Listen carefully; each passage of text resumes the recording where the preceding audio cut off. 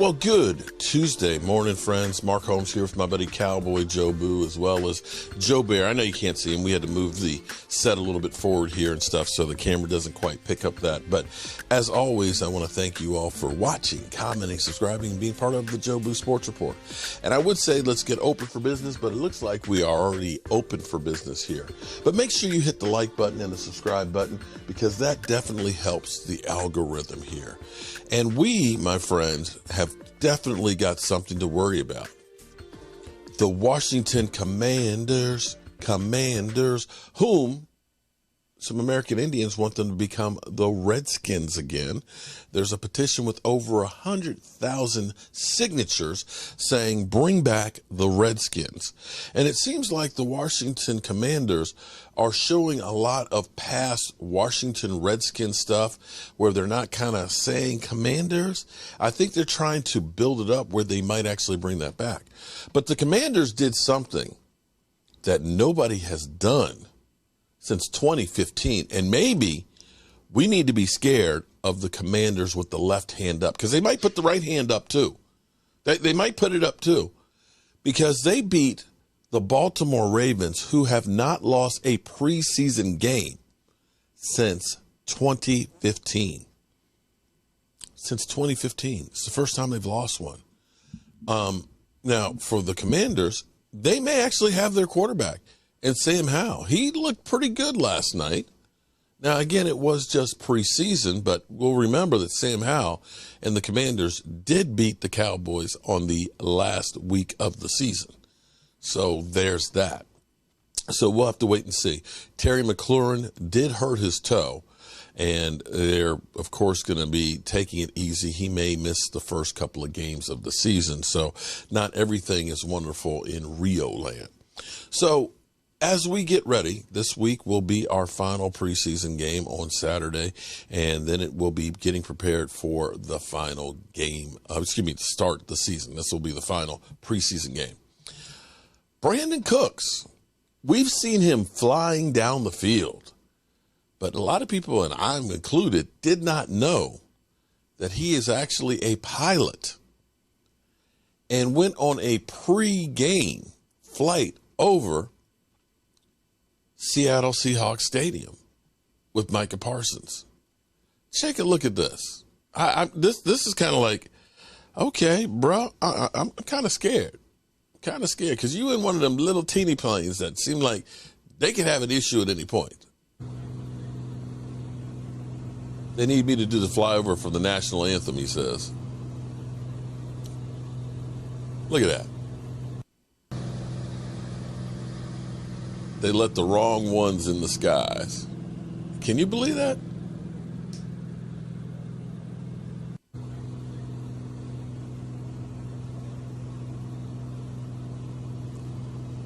Yeah. Yeah. Kind of cray-cray, ain't it? But, we have to remember that these guys are football players, but they're also guys with many, many talents. I remember DeBrickashaw Ferguson was actually a former offensive lineman for the New York Jets. He's actually writing children's books. So Nnamdi Asomugha, beyond being a thief and stealing money from the Philadelphia Eagles, is actually an actor. So, you never know what to expect from an NFL player.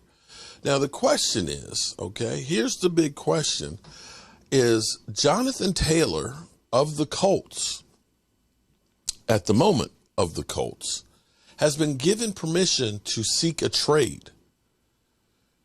It's clear that he is totally disgruntled. He is totally done with the Colts organization, and he wants out. And he wants to get paid. You can probably get out, maybe, but the Colts seem to be looking for a number one pick. But getting paid, unfortunately, that's not going to happen. The reality is the reasons why you're mad at the Colts is not getting paid. You're going to have to be mad at the whole NFL because they're not paying running backs. You see Dalvin Cook settled for up to $8 million to go with the Jets for a one-year deal. You see Saquon, he did get basically a 1-year deal? Yeah, 1-year deal for 11. Tony Pollard ecstatic about getting the 10.1 that he's getting on the franchise tag. It's like, I'll take that. But you see Miles Sanders sign a contract 4 years, $26 million. Unfortunately, you're not going to get the money. And Josh Jacobs realizes, I might as well just go back to to Las Vegas, take the franchise tag, and go on, because they could rescind it, and then I got nothing. So as we look at this now, everybody, of course, says, who's going to get Jonathan Taylor? Of course, everybody says the Dallas Cowboys, they should go get Jonathan Taylor. But I'm going to be a little bit different than that. Jonathan Taylor's a great running back, great player and everything else. But here's the thing. You've already got a dynamic guy in Tony Pollard who you're paying $10 million. If you bring in Jonathan Taylor, are you going to just stop using him? Probably not. So we're looking at saying, let's give up a number 1 pick and money for a guy that's probably going to do 15 plays a game. If the Cowboys want to make a move, the best move they can do, which would be more cost effective, would be get an offensive lineman. At best, even if we say Jonathan Taylor is going to run the ball 20 times a game, if he's running behind a shit offensive line, it's not going to matter. But if you get yourself a great backup and Tyron Smith goes down and you've got a guy who's good enough to be a starter out there, he's going to play 60 to 70 plays a game. He's going to help your quarterback stay upright so he can make those passes down the field. He's going to open up those holes that a lesser back will be able to run through. You won't be giving up a first-round draft pick. You won't be paying a boatload of money on having a guy who's pissed off because you're not paying him a boatload of money. But we know how this goes. Whenever there's a big name out there, they're always linked to the Dallas Cowboys. And let's go to Get Up this morning because, of course, that's exactly what they did. Here's the really interesting thing going on in this NFL preseason. Jonathan Taylor is getting traded. The All-Pro running back has been granted permission by the Colts to seek a trade. We know he requested one the day he reported to camp. Jim Irsay initially denied that request. Now I guess they've come to the conclusion that he's not going to play for them, so he's going to go somewhere else. Why is this a big deal? Because he's great. He is a year removed from having over 2,000 scrimmage yards, leading the league in both rushing yards and touchdowns. He's only 24 years old. He'll be a free agent at the end of the season. This could be a difference-making player, changing teams 2 weeks before the season begins. Graziano's been working the phones like crazy. What are we hearing? Well, it's interesting because you remember when Austin Eckler couldn't get the contract from the Chargers and he asked for a trade and they gave him permission to seek one. Couldn't find it. Teams don't generally want to, in a market where nobody's paying running backs, teams don't want to give you something in a trade and also have to sign the guy. Yeah. Now, what Jonathan Taylor has over Austin Eckler is 4 years. You say he's 24, Eckler's 28. That's a big difference in the life of an NFL running back. Maybe the whole thing, actually. So if you're a team thinking about extending a running back, you're a lot more likely to do it for a guy who's Taylor's age than you are for someone who's older. So, to that end, there are a couple little, nibbles out there, right? Some teams that could eventually be interested. It's early on in the process, but right now, as our Stephen Holder was reporting, the Colts are looking for a first-round pick. I think if that holds true, that probably doesn't get done. But if they come off those demands a little bit, I think you could see something happen here. Sal, give me the place that they should be on the phone right now with Indianapolis to get that deal done and not hang up till it is. Buffalo Bills. If the Buffalo Bills get Jonathan Taylor, they go to the Super Bowl. It's that simple, in my opinion. And it's an arms race in the AFC East.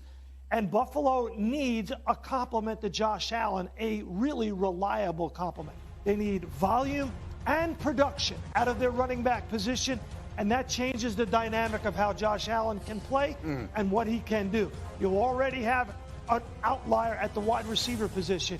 You brought in a new tight end. This is all about making sure that Josh Allen doesn't have too much to do to get him over the finish line. Buffalo, it's real simple. They get Jonathan Taylor. They tried to. So are we saying that Josh Allen needs these guys to get over the hump, that he needs more weapons. I thought that when you were that dude, that you are able to elevate your team beyond what's normal. It doesn't matter who else you have on the field. Is that what I just got from Sal? Is that what I just got? That taking some things off of Josh Allen's plate and getting him another weapons is what they need to do to get to the Super Bowl? Did I get that right, Rashid? Yep. Okay, all right.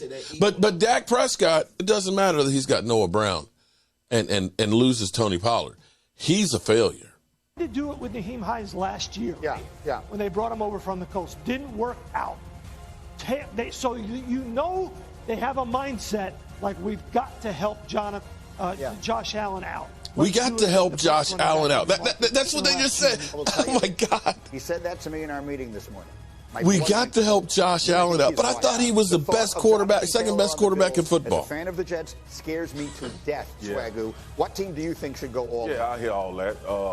I see your Bills and I raise your Dallas. And of course. What are we going to expect? Here's the what do we expect? Well, we've seen the team at its best when they've had a number of backs in the backfield. But you know what's not going to happen.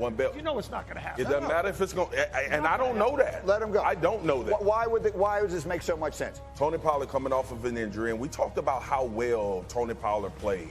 We see Deuce Vaughn, which is a great story. Father's in the building. Everybody understands that. Jonathan Taylor is the piece that Dallas needs for Philly. That's who they need in order to close that gap a little bit Haven't more. they been beating them, scoring 40 points against them? Bringing more talent. Last 3 times? The philosophy. What the hell the head coach been saying all season long? To run it. We want to get back to playing an efficient way of football. You know how you efficient playing football?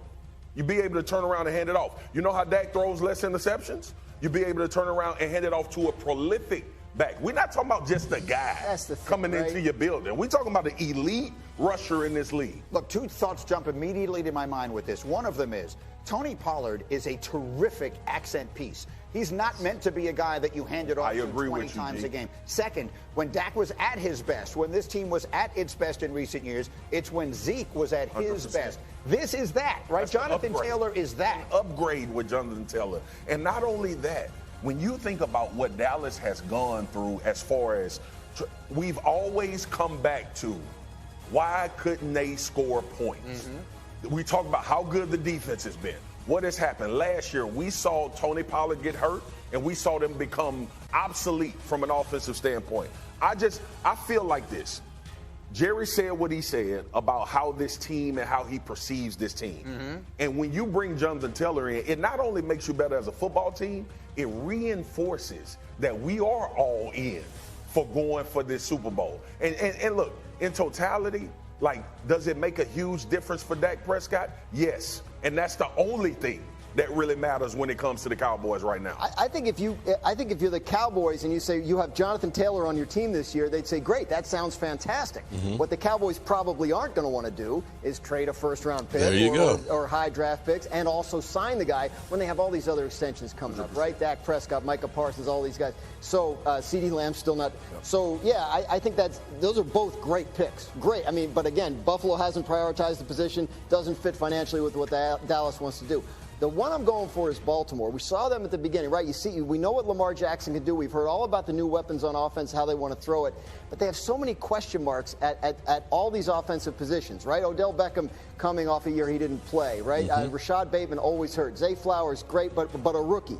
And then the running back room, same kind of thing. J.K. Dobbins hasn't been healthy. Melvin Gordon is there. We don't know what he still has. This is a difference-making player, highly productive. 24 years old, outstanding young man, by the way, like high character individual. I just think he's a guy that on any team would make a difference. That's a team that needs to do something to kind of set itself apart in an AFC field where they're trying to get into that top 2 or 3 with Buffalo, Kansas City, Cincinnati. I think that'd be a great fit. I said Dallas for 2 reasons. One, I don't want him in Buffalo.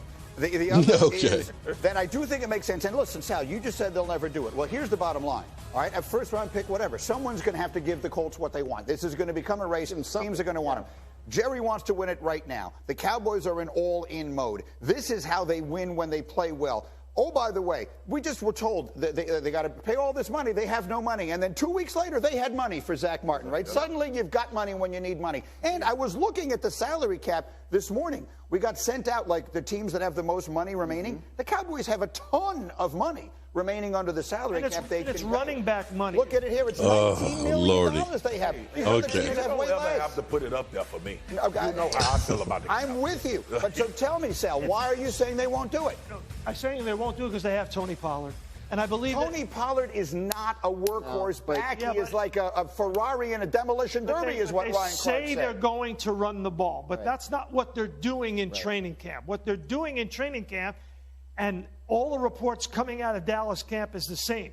They're throwing the ball down the field. They want Dak Prescott to be as aggressive as possible. Why? Because that smidge that you talk about, the difference between Philly and Dallas, it closes real quick. If you score points, how do you beat Philadelphia? But see, here's the problem. How do you beat Philadelphia? Sal, You score Dallas early. has not had a problem scoring points. You score and they early. still lost. You score early. You can't. You have to change. You have to change your offensive philosophy. I've been arguing with people about this all offseason. It does not mean Dallas won't be explosive offensively because of a change in philosophy. What it means is when we up on Jacksonville, we can hand the ball off, and Dak won't throw interceptions to let Jacksonville win the game. When we're playing San Francisco and that physical defense, we need to have an answer for the physicality at the line of scrimmage. When we're playing Philly, as much as Jalen Hurts ascended, what was Philly's strength as a football team? The offensive line and the run game. Offensive line and the run game. As much as we talked about A.J. Brown and Jalen Hurts' ascension throwing the ball, Jalen Hurts' legs, Miles Sanders' legs, and that offensive line was what devastated people. If Dallas wants to do what they've been saying they're doing, I don't think you go into the season with Deuce Vaughn and Tony Pollard. I want to make a quick point on the salary cap figure. In the NFL, you can roll salary cap space over into the next year. They know they got Micah Parsons coming. They know they got Dak Prescott coming. Dallas is thinking 2-3 years ahead on the salary cap. I'd be very surprised. I understand, but if you're the Cowboys and your owner, we're going to hear the sound in a minute. What you say makes sense. I just don't think it fits with what they do. But if you're the owner and you're saying, I want to win right I love how they then just you don't worry try to about where force you're it down rolling our your throats. salary cap money to, you try and win. What does the D stand for? Distress. It is D stands for distress, desperation, and that. Do you think Indy would come off? All right, there we go. Do we think Indy would come off? No, they're not coming off of it. They've been playing hardball the whole way. Ah, boy. So here we go. Of course, the rumors that will never stop. Cowboys linked to everybody. Hope you guys have a great day, and we'll be doing our live stream tonight instead of last night. And